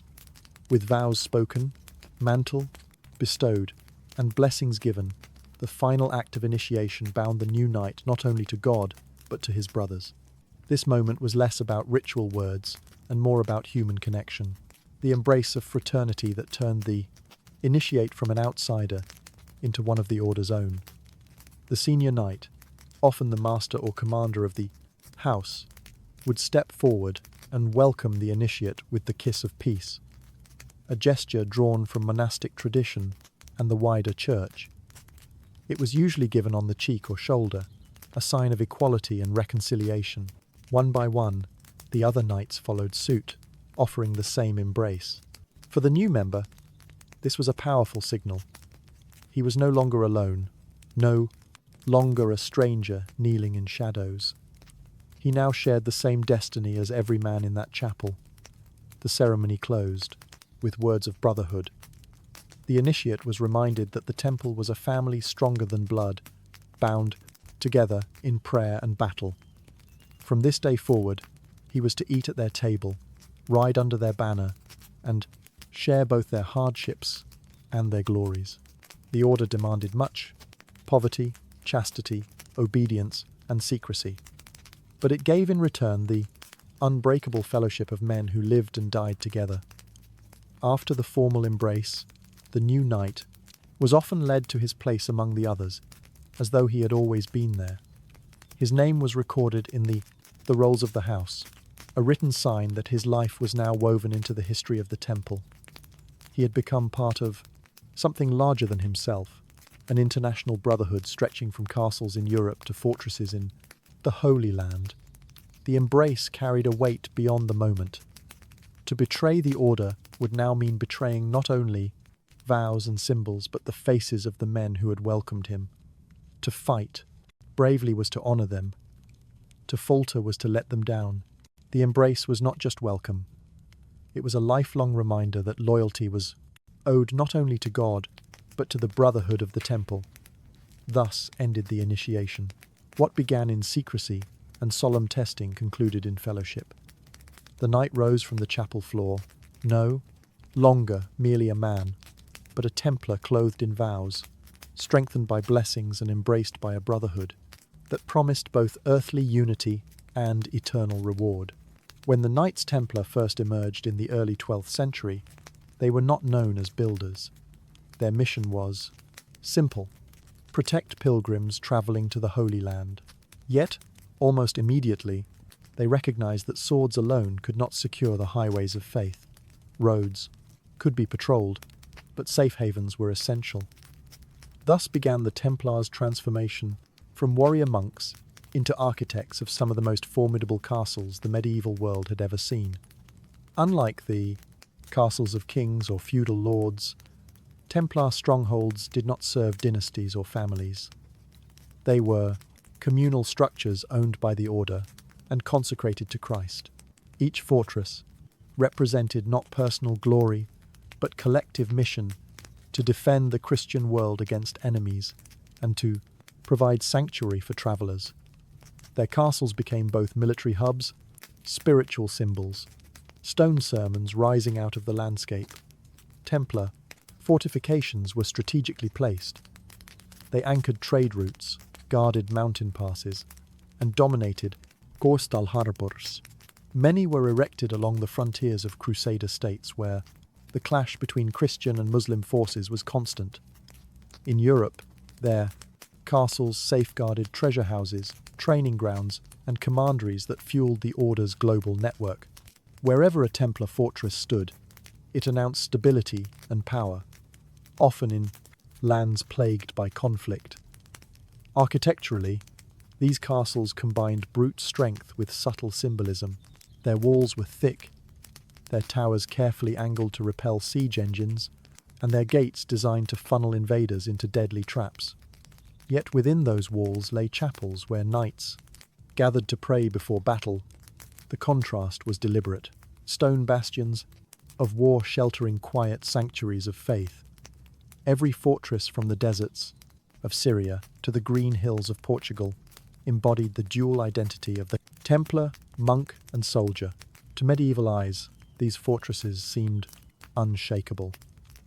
They projected an image of divine protection as though God himself had lent strength to the stones. Pilgrims who entered their gates saw more than battlements. They saw a vision of the church militant, unyielding before the storms of war. And for enemies, a Templar castle was both a patting, military obstacle and a spiritual statement. The cross, carved into its walls, was as daunting as the swords of the men inside. In building castles, the Templars built more than defences. They built monuments to their mission, fusing architecture with ideology. These warrior fortresses were not merely shelters of stone, but enduring symbols of a holy cause. If there was ever a fortress that embodied the Templar vision of strength and faith, it was Crac de Salier. Rising above the Syrian plains, this massive stone citadel was more than a military outpost. It was a statement of permanence in a land defined by shifting battles and fragile Crusader states. Perched on a hill nearly 650 meters above sea level, Crac dominated the surrounding landscape, its silhouette visible for miles. For pilgrims, it was a beacon of safety. For enemies, it was a daunting reminder of the Crusaders' determination to stay. Crac de Chevalier was it originally built by local lords, but in 1142 it was entrusted to the Templars' brother order, the Knights Hospitaller. Still, its design and use reflected the same principles that guided all Templar construction. The fortress became the gold standard of Crusader military architecture.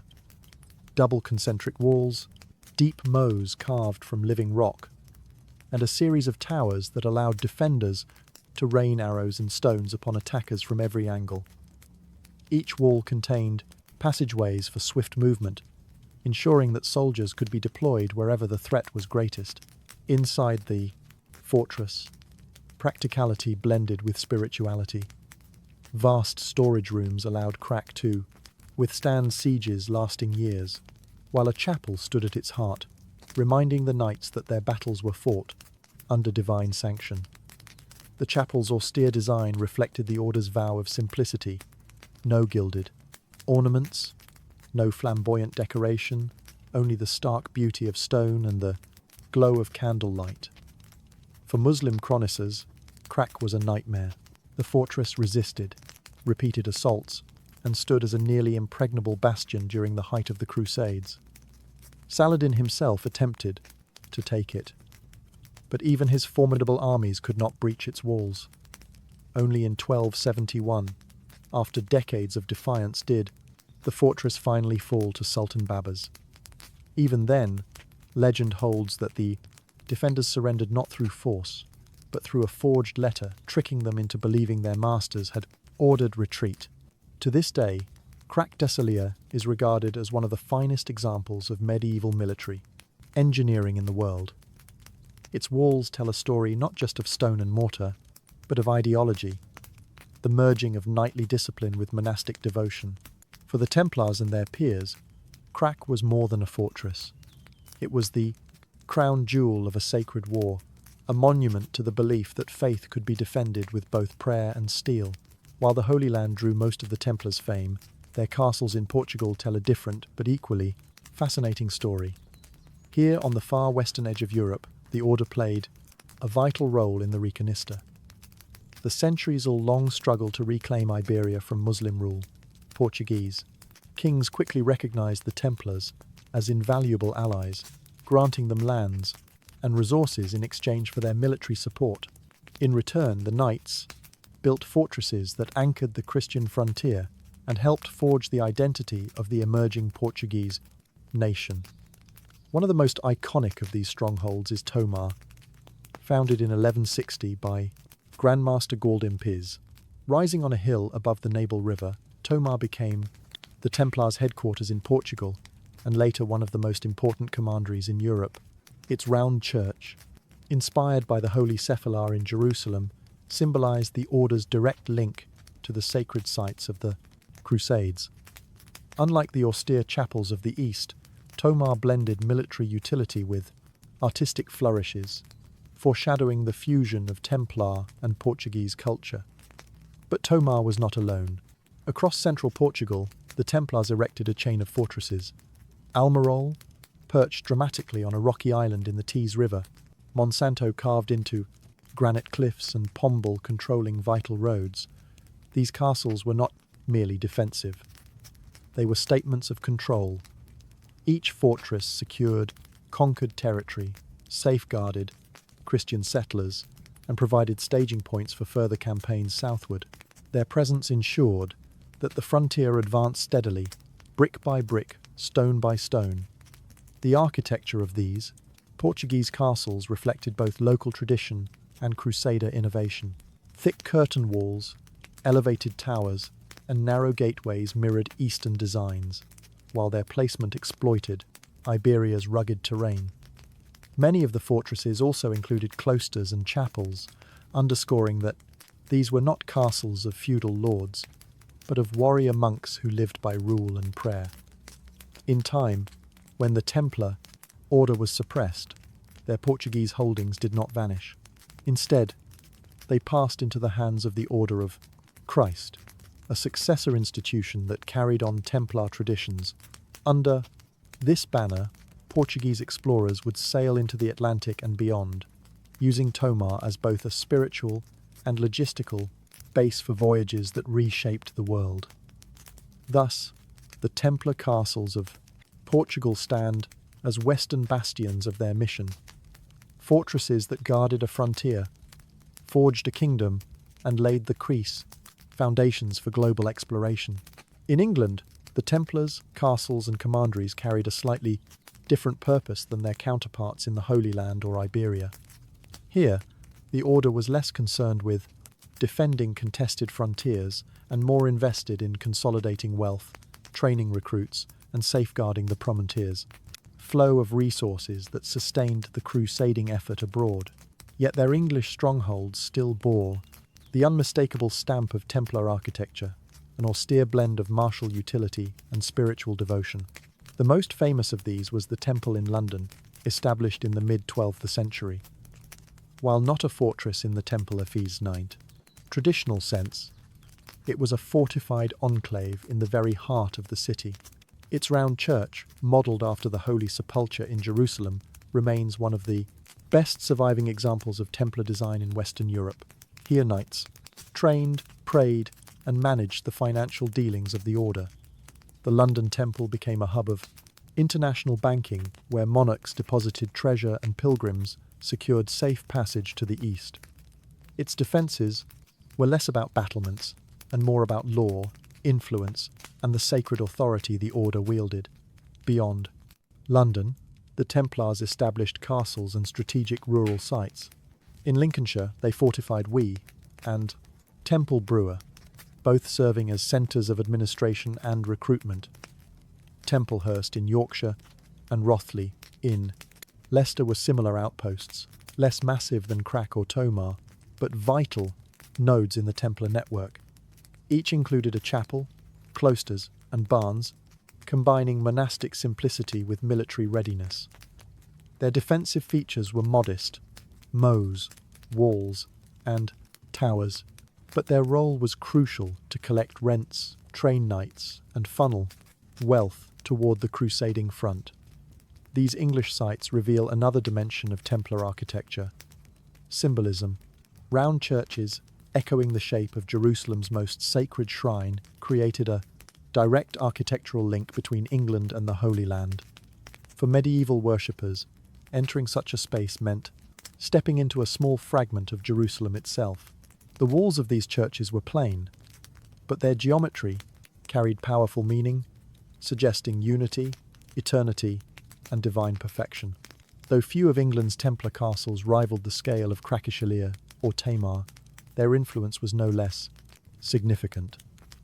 They stitched the order into the social and economic fabric of the realm, ensuring that English wealth and manpower flowed eastward in support of the crusading cause. Today, the surviving round churches and ruins of prectories stand as quiet reminders that the Templar mission was global, stretching from the deserts of Syria to the heart of London. If the Holy Land was the battlefield of the Templars, France was their heartland. It was here that the order was born in the Frise, early 12th century, and it was in French soil that many of its most important commanderies and fortresses took root. Unlike the massive bastions of the East, French Templar sites often combined the functions of monastery, manor, and fortress. They were centres of administration and recruitment, but their architecture still bore the unmistakable character of an order that lived by the sword and the cross. One of the most notable sites was the commandery of Louverade in southern France. Surrounded by rugged plateaus, it became a fortified village where knights and local inhabitants lived side by side. High stone walls, towers, and a formidable gate protected not just the knights, but also the community that supported them. Within the walls stood a chapel, barracks and storage houses, practical, austere, and utterly Templar. The fortress reflected the dual purpose of the order to defend and to provide sanctuary. In central France, places like Arville and Pays served as training grounds for recruits.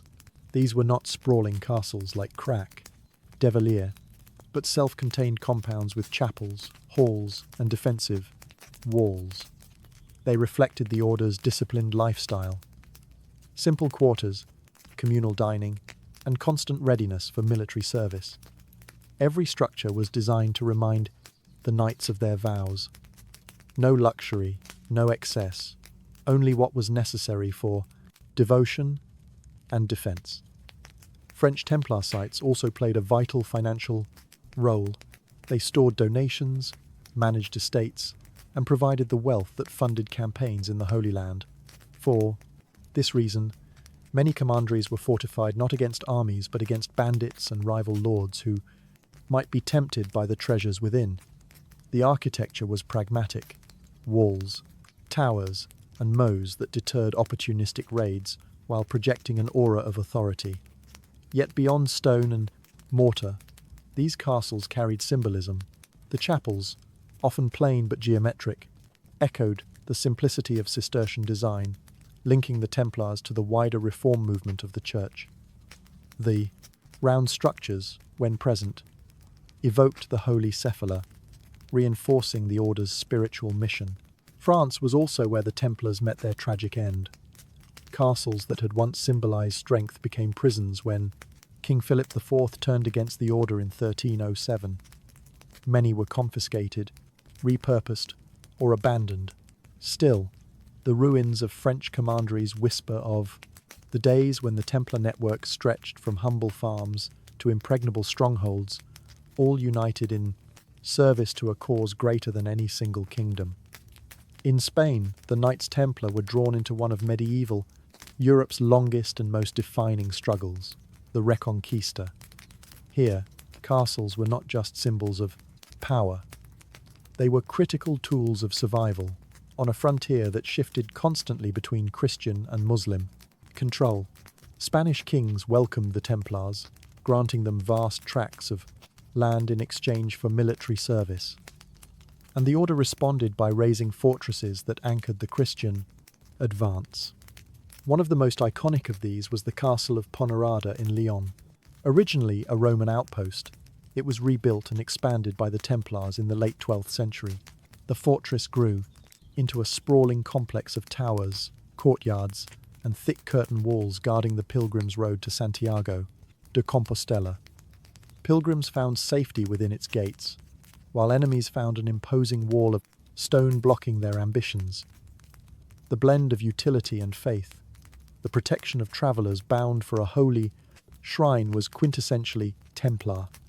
Farther east in Aragon, the castle of Monzon became a crucial Templar stronghold. Rising from a rocky hill, it commanded the surrounding plains and served as both fortress and training ground. It gained fame as the place where the young King James I of Aragon was raised under Templar guardianship, highlighting the order's role not only as warriors, but also as political players. Monzon's design reflected their disciplined style: massive walls, rectangular towers, and austere interiors punctuated by chapels that reminded the knights of their vows. Other fortresses like Pinasiscala on the Mediterranean coast and Mirave, overlooking the Ebro River, demonstrated the order's skill in adapting architecture to diverse landscapes. Piscola rose dramatically from a rocky promontory surrounded by sea, while Mirave's layered walls and Romanesque chapel created a commanding presence above fertile valleys. Each fortress was tailored to its environment, yet carried the same message. The Templars were immovable defenders of Christendom. The Spanish Templar castles reveal the order's dual role in Iberia. They were guardians of borders and protectors of pilgrims, but they were also instruments of colonization, securing new territories for Christian settlement. When the order was dissolved in the Thomond, early 14th century, many of these fortresses passed into the hands of rival military orders such as Calatrava or Montesa, ensuring their continued use in the Reconquista.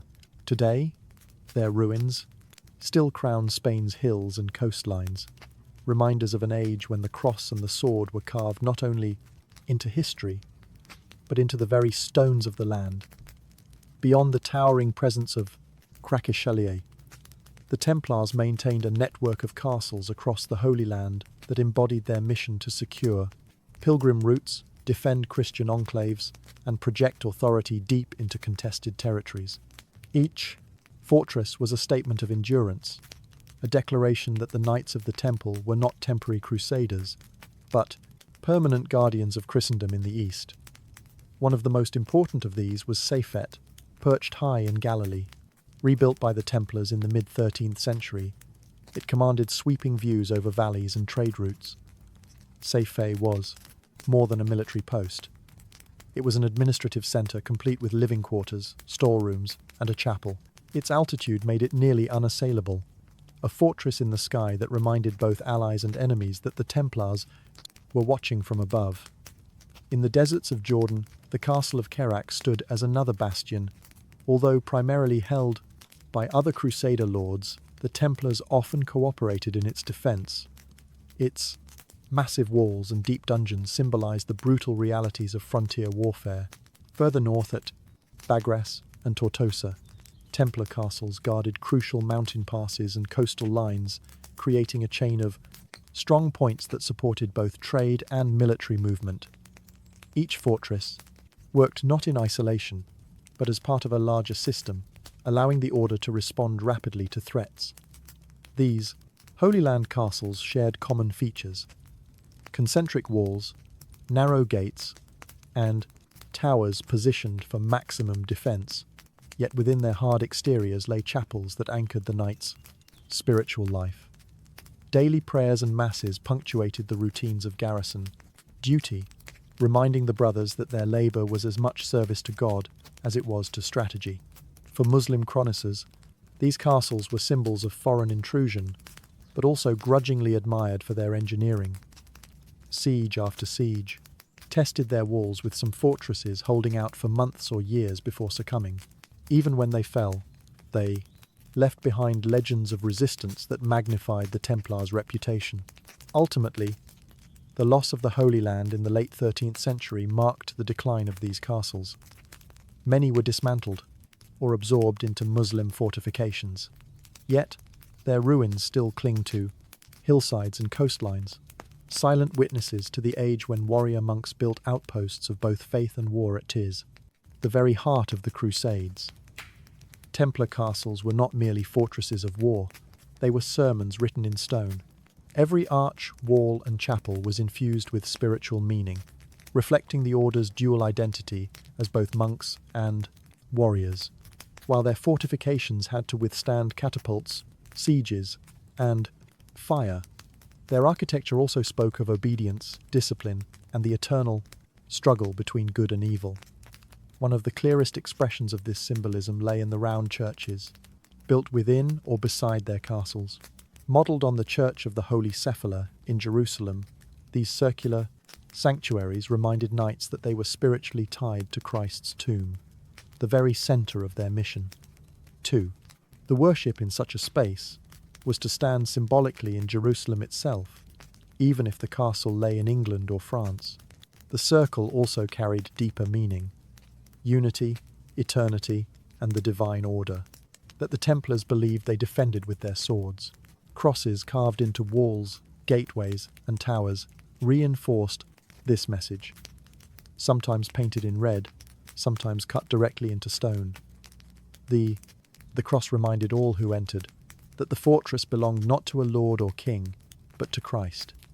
The red cross on the fixed E8 knights' mantles was mirrored in their architecture, turning their castles into visual extensions of their vow. Even the placement of castles carried spiritual undertones. High hilltops symbolized divine watchfulness, as if the fortress itself were an earthly counterpart to a heavenly citadel. Castles that guarded pilgrim routes doubled as metaphors of protection, suggesting that the Order's mission was not only military but also pastoral, guiding souls, as well as defending bodies. The interior spaces, too, reflected monastic discipline.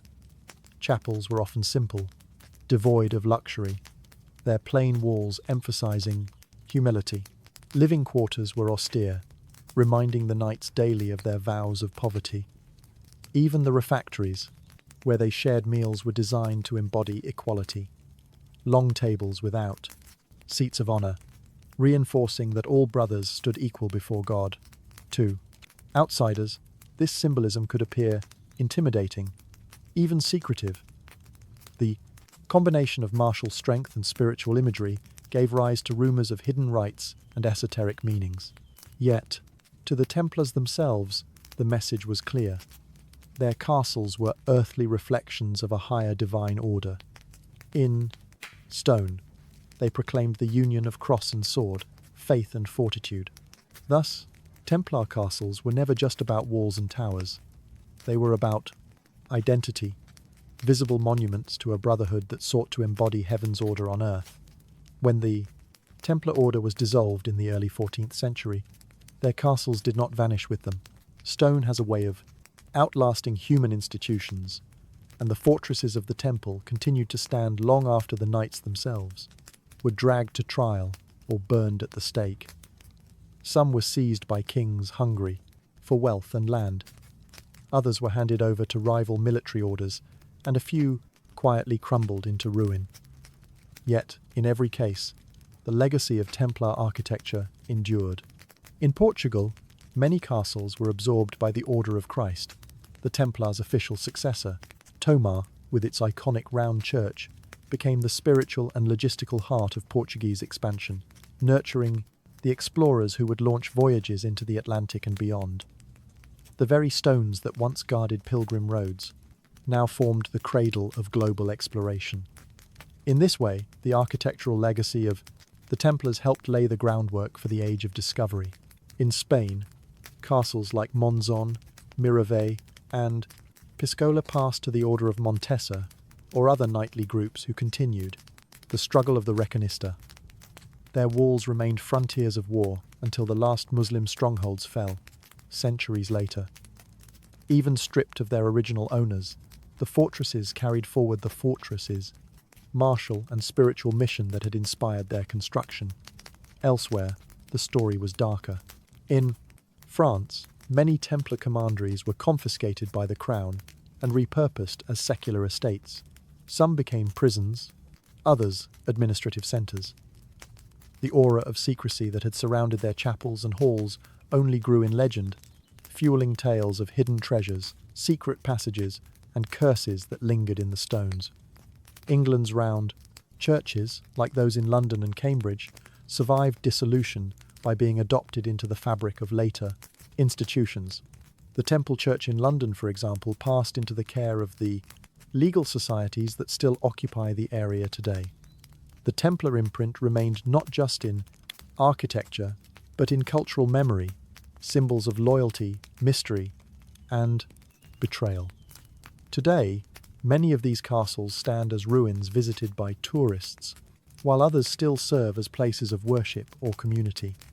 They remind us that the Templars' story is not just one of trial and execution, but of endurance.